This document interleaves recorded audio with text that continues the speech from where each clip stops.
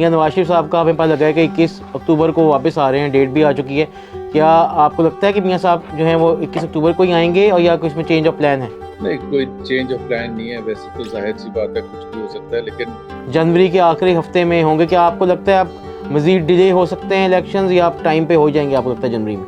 तो मेरा ख्याल है अब वो डेट देना जो है ना, मेरा ख्याल है इलेक्शन कमीशन मस्ट अंडरस्टैंड के अनसर्टेनिटी रिमूव होगी और बहुत सी चीजों का के हवाले से बेहतरी आएगी जैसे ही वो डेट देंगे। लगता है कि आपकी लीडरशिप आवाम को कायल करने में कामयाब हो जाएगी कि वो अनपॉपुलर डिसीजन लेना मजबूरी थी आप लोगों की? हमें एहसास है कि अवाम के लिए मुश्किलात में इजाफा हुआ हमारी 16 महीने की हुकूमत में। तो सर, अगर आपकी पार्टी अभी इलेक्शन जीत जाती है और आ जाते हैं आप लोग 2/3 मेजोरिटी से, या इवन आप सबसे बड़ी पार्टी बन के आते हैं, तो आपके ख्याल में वजीर आजम कैंडिडेट आपकी पार्टी कौन होंगे? मियां नवाज शरीफ साहब खुद होंगे?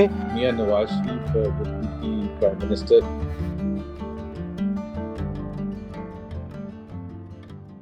अस्सलामुअलैकुम नाज़रीन, हसन नकवी शो की एक और एपिसोड के साथ आपका होस्ट हसन नकवी हाजिर है। और आज इस मेहमान ने हमें ज्वाइन किया है, किसी तारुफ के मोहताज नहीं है। पहले गवर्नर सिंध रह चुके हैं, उसके अलावा मियां मोहम्मद नवाज शरीफ साहब एक करीबी साथी हैं और उनके तर्जुमान भी हैं, मोहम्मद ज़ुबैर साहब। आज उन्होंने हमें ज्वाइन किया है। Welcome to our show sir, कैसे हैं आप? ठीक ठाक हैं मैं ठीक हूँ जी, बिल्कुल। आप ठीक है? सर? बिल्कुल बेहतरीन। सर, ये बताइएगा कि क्या जो है मियां नवाज शरीफ साहब का हमें पता लगा है कि 21 अक्टूबर को वापस आ रहे हैं, डेट भी आ चुकी है। क्या आपको लगता है कि मियां साहब जो हैं वो 21 अक्टूबर को ही आएंगे और या कुछ में चेंज ऑफ प्लान है? नहीं, कोई चेंज ऑफ प्लान नहीं है। वैसे तो जाहिर सी बात है, कुछ भी हो सकता है, लेकिन प्लान हर लिहाज से देख के, मशवरा करके और बार बार गौर करके पाकिस्तान के हालात, उनके अपने लीगल केसेस के हवाले से और टाइमिंग के हवाले से, सब चीज़ों को देख के आई थिंक अक्टूबर 21 का जो फैसला किया गया है, उस पर बिल्कुल कायम है और इंशाल्लाह ताला अक्टूबर 21 को मियाँ साहब वापस पाकिस्तान आएंगे।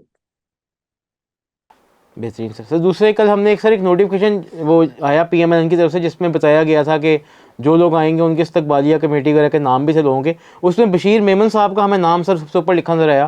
क्या ये बशीर मेमन वो एफआईए वाले ही हैं सर, या कोई और साहब है? ये वही है, FIA वाली। ठीक हो गया सर। सर, दूसरे ये बताइएगा कि क्या आपको अब तो इलेक्शन कमीशन ऑफ पाकिस्तान ने भी कह दिया है कि जनवरी के आखिरी हफ्ते में होंगे। क्या आपको लगता है आप मज़ीद डिले हो सकते हैं इलेक्शंस, या आप टाइम पे हो जाएंगे आपको लगता है जनवरी में? मेरा तो इलेक्शन कमीशन से डिमांड होगी कि वो इलेक्शन डेट दे दे अब। और उसकी वजह ये है कि उनके मुताबिक खुद उन्होंने जनवरी सितंबर की अभी को 3-4 दिन पहले हल्का बंदियों के हवाले से फाइनल कर दिया। और उन्हीं के स्टेटमेंट के हवाले से ये कुछ पीरियड जो उन्होंने आइडेंटिफाई किया था उससे पहले हो गया काम। तो मेरा ख्याल है अब वो डेट देना जो है ना, मेरा ख्याल है इलेक्शन कमीशन मस्ट अंडरस्टैंड के अनसर्टेनिटी रिमूव होगी और बहुत सी चीजों का के हवाले से बेहतरी आएगी जैसे ही वो डेट देंगे। सो इलेक्शन कमीशन पर बहुत बड़ा ये बोझ है।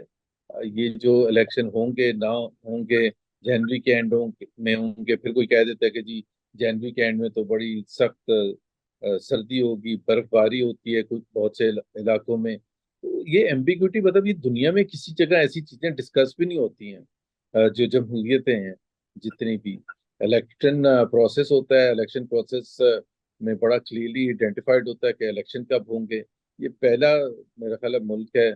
और we are exception in everything, आपको पता है। तो हम बजाय के we are not a successful democracy, तो हमें जो सक्सेसफुल मॉडल्स हैं उसको फॉलो करना चाहिए। और मैं समझता हूँ कि डेट देनी चाहिए। ये तासुर के PMLN शायद नहीं चाहता कि इलेक्शन हो अभी जनवरी में या फरवरी में। PMLN डेफिनेटली वांट्स कि जी इलेक्शन हो।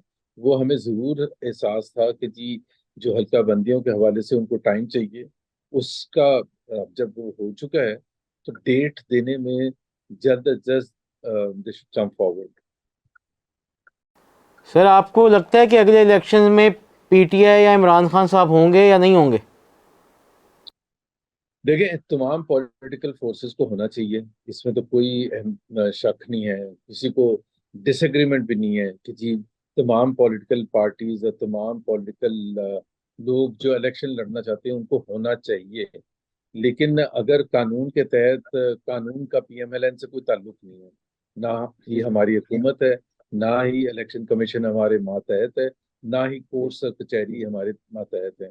सो अगर कोर्ट ये फैसला करता है कि जी फलाना लीडर जो है या फलाना कारकुन जो है वो किसी क्राइम में मुलव्वस है, जिसकी वजह से पाकिस्तान के कानून के मुताबिक उसको इलेक्शन से बाहर रहना है, तो वो तो मैं और आप कुछ भी नहीं कर सकते। और उसका जी सही सर। तरीकाकार भी मौजूद है कि चाहे इमरान खान या पीटीआई के कोई और लीडर है, अगर वो समझते हैं कि जी उनके साथ नाइंसाफी हुई है, तो मेरा ख्याल है जस्टिस फाइज ईसा जब से चीफ जस्टिस बने हैं, तो मैं यकीन के साथ कह सकता हूँ कि वो सही और दुरुस्त फैसला करेंगे। बावजूद इसके कि इमरान खान ने उनको निकालने की भरपूर कोशिश की थी, लेकिन आई डोंट थिंक सो वो पर्सनल चीज़ों में जाएंगे या पर्सनल रिवेंज लेंगे। सो आई थिंक और ये बड़ा अच्छा मुजाहरा भी होगा कि जी उनके रीजंस क्या दिए जाते हैं कि जी उनको बाहर रखा जाता है। तो होना तो यही चाहिए। We are a political party, we want to compete with the political forces and show to the world, to the Pakistani people के जी देखें, हमारे साथ लोग सबसे ज्यादा हैं और हमारे लिए वोट दिए हैं in a fair, transparent and free election. Sir जब इमरान खान साहब को वोट ऑफ नो कॉन्फिडेंस के ज़रिए आप लोगों ने जो है एक आईनी तरीका था उसके ज़रिए आपने उनको घर भेजा, तो आपकी जो कोलिशन गवर्नमेंट थी एक साल वो हमने हमारे सामने मुल्क में महंगाई और पेट्रोलियम मसनूआत की कीमतें डॉलर कंट्रोल में ना होना, तो काफ़ी सारे अनपॉपुलर इकनॉमिक डिसीजन लेने पड़े शहबाज शरीफ साहब को जो आपकी पार्टी के लीडर हैं। तो सर आपको नहीं लगता उसका आपको हिट बैक होगा इलेक्शंस में आने वाले में? और दूसरा सर इसके साथ ही सवाल एक और है कि इमरान नवाज शरीफ साहब जब आ जाएंगे तो यकीनी तौर पे वो पार्टी की इलेक्शन कम्पेन को लीड करेंगे, तो आपका इलेक्शन कम्पेन के मैनिफेस्टो के 3-4 बुनियादी नुकात क्या हो सकते हैं? मेरे ख्याल है ये पहला मैं लेता हूँ जो आपने मैनिफेस्टो के हवाले से तीन चार जो इश्यूज हैं। देखिए पाकिस्तान में, और ये पहले जो आपका क्वेश्चन का हिस्सा था वो उससे मुंसलिक भी है, कि पाकिस्तान में मईशत के हवाले से इस वक्त शदीद बहरान है। महंगाई ले लें तो रिकॉर्ड हाई है, बेरोजगारी है, गुर्बत है, दूसरे मसाइल हैं। जो आपकी जो फैक्ट्रीज वगैरह हैं वो स्ट्रगल कर रही हैं प्रोडक्शन करने में, बिजली महंगी है। ये तमाम बुनियादी मसाइल हैं। और ख़ास तौर पर पाकिस्तान का जो एक आम शहरी है, वो इस वक्त पॉलिटिकल पार्टीज की तरफ देख रहा है कि जी आप इलेक्शन में क्या एजेंडा लेके आएंगे जिससे आप बेहतरी ला सकें। सो हमारे लिए focal point focal point of our campaign उस एक पाकिस्तानी की मिजरी है, जिससे वो इस वक्त, जिसके वजह से वो उसका खानदान मुश्किल तरीन वक्त से गुजर रहे हैं। चाहे वो बिजली का बिल हो वो पे करने के हवाले से, या स्कूल के बच्चों की फीस हो, या पेट्रोल की प्राइसेस हो। सो हम जो अभी इकोनॉमिक प्लान बना रहे हैं, वो एक रिफॉर्मिस्ट इकोनॉमिक एजेंडा के साथ हम आएंगे, जिसमें हम भरपूर अंदाज में सिर्फ पास्ट की बात नहीं करेंगे कि ग्लोरीफाई किया हमने पिछले 3 अतवार में क्या कुछ काम किया था मियां नवाज शरीफ ने। वो इम्पोर्टेंट है याद दिलाना, क्योंकि उससे आपकी क्रेडिबिलिटी एस्टैब्लिश होती है। लेकिन उससे ज्यादा इम्पोर्टेंट है जो पाकिस्तानी अवाम हमारे से सुनना चाहते हैं कि आज की जो सूरत हाल है उसको हम कैसे ठीक करेंगे, कैसे इम्प्रूव करेंगे। और अगर हमने कर दिया इम्प्रूव, इंशाल्लाह ताला हम समझते हैं कि वो इकोनॉमिक एजेंडा फंडामेंटल होगा। दूसरी बात जो आपने पूछा था कि, और उसके साथ साथ मैं ये भी बता दूं, कुछ सिर्फ इकोनॉमिक एजेंडा नहीं, उसमें जो ह्यूमन डेवलपमेंट के एरियाज हैं, लाइक एजुकेशन है, लाइक हेल्थ है, साफ पीने का पानी है, पब्लिक ट्रांसपोर्टेशन है, वो भी हमें एड्रेस करने की जरूरत है। क्योंकि सस्टेनेबल इकोनॉमिक ग्रोथ उस वक्त होती है जब आप इन चीज़ों को एड्रेस करते हैं।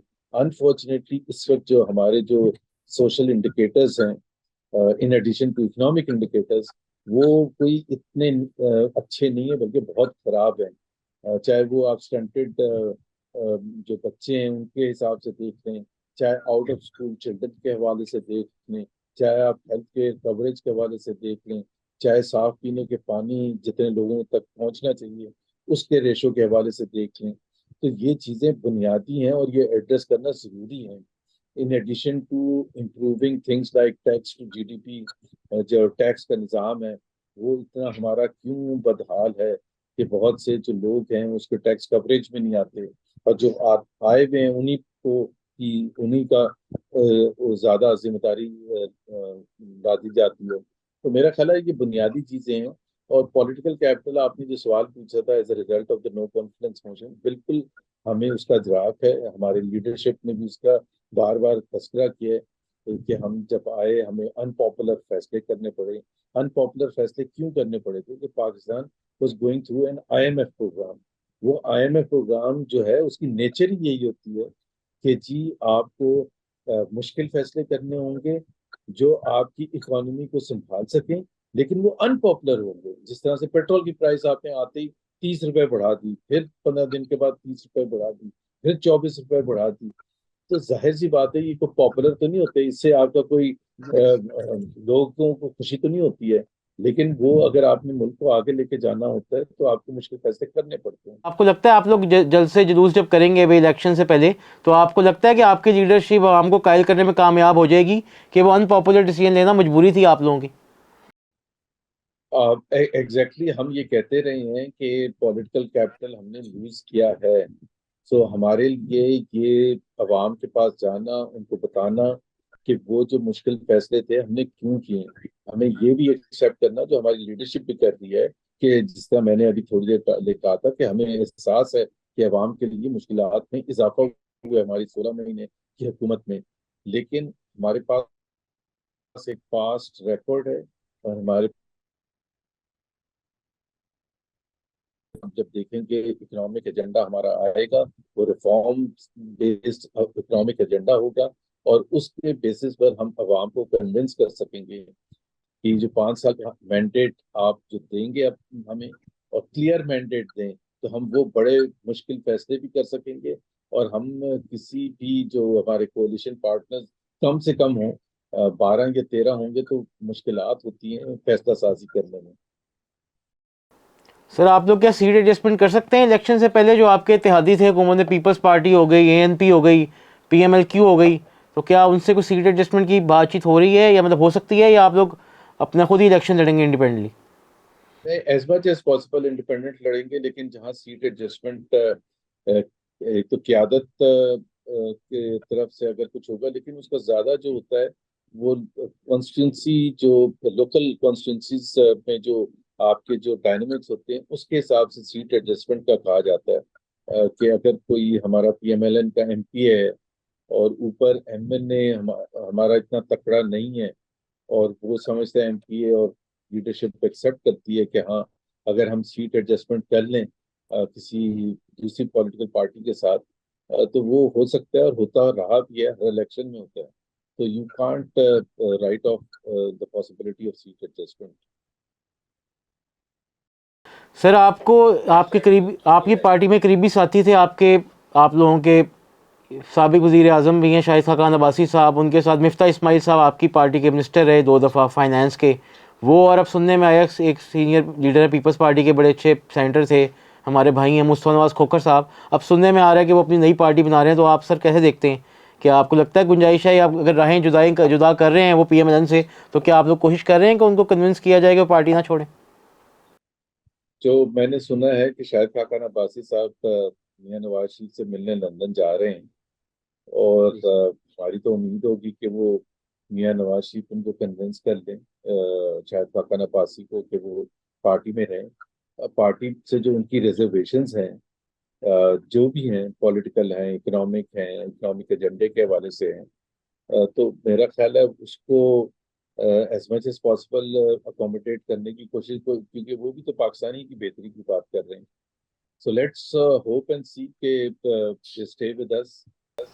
सर आप ये बताइएगा कि अगर आपकी पार्टी के अंदर कोई लीडर जो है उसको कुछ इशू, कुछ तहफ़्फ़ुज़ात होते हैं, तो क्या आपकी लीडरशिप सुनती है और उनको दूर करने की कोशिश करती है, या यहाँ पे वन मैन शो ही चल रहा होता है?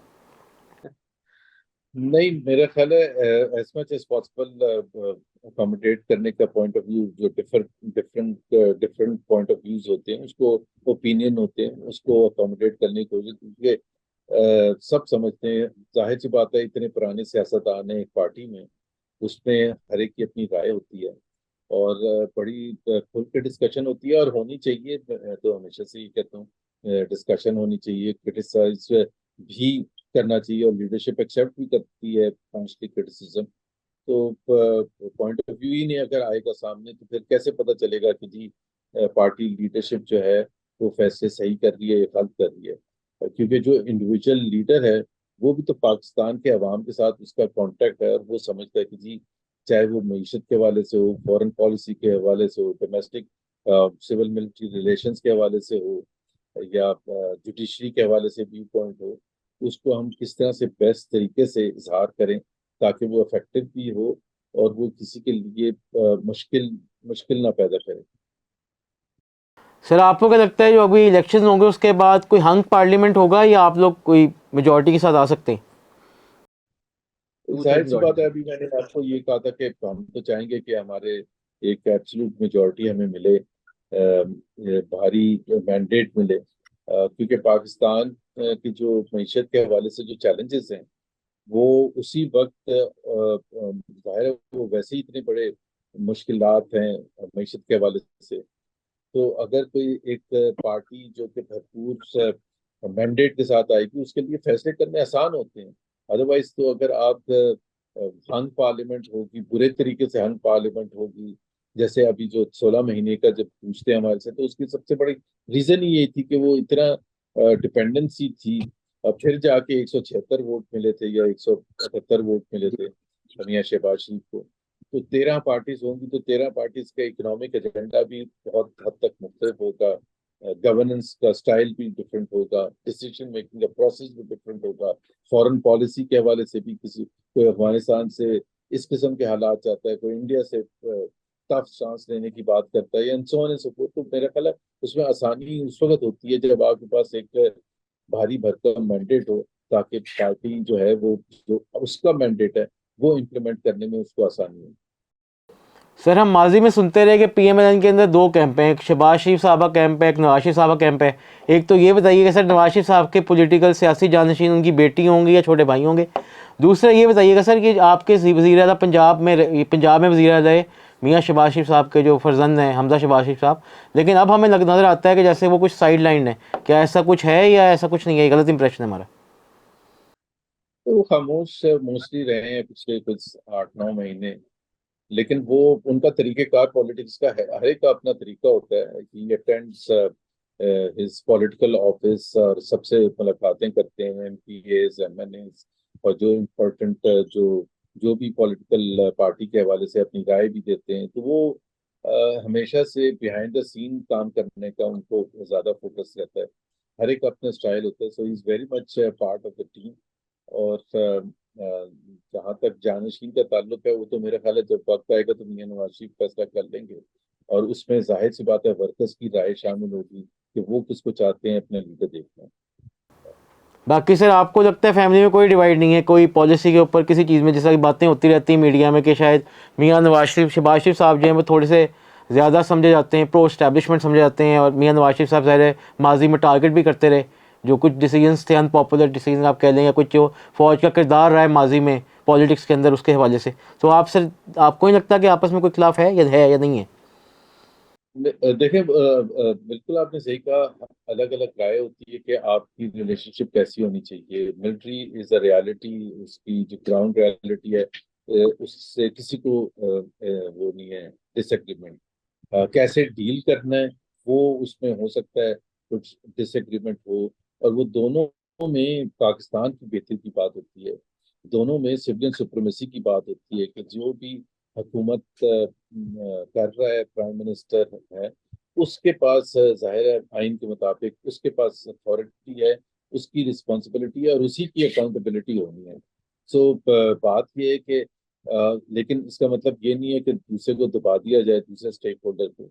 मिल के काम करने का मतलब ये होता है कि सिविलियन हुकूमत को वो फैसले करने की बिल्कुल खुली आज़ादी होनी चाहिए, जो वो मैंडेट अवाम के पास लेके गए। अवाम ने उनको वोट इसलिए दिया है जो वो अपना मैनिफेस्टो के तहत लेके गए अवाम के पास। तो अगर वो होगा तो वो पाकिस्तान के लिए सबसे ज़बरदस्त होगा। तो सर अगर आपकी पार्टी अभी इलेक्शन जीत जाती है और आ जाते हैं आप लोग टू थर्ड मेजोरिटी से, या इवन आप सबसे बड़ी पार्टी बन के आते हैं, तो आपके ख्याल में वज़ीर आज़म कैंडिडेट आपकी पार्टी कौन होंगे? मियाँ नवाज शरीफ साहब खुद होंगे, मरीम नवाज साहबा होंगी, हमजा शहबाज शरीफ साहब हो सकते हैं, या शहबाज शरीफ साहब हो सकते हैं, सॉरी। जी, अनाउंस हो चुका है, Mian Nawaz Sharif will be the prime minister if PMLN wins the election. इसमें तो कोई दो राय पार्टी के अंदर नहीं है। नहीं है। That's a wonderful, thank you so much for your time sir. नाज़रीन, अगली एपिसोड के साथ अगले हफ्ते फिर हाजिर होंगे, तब तक के लिए इजाज़त दीजिए। शुक्रिया, थैंक यू।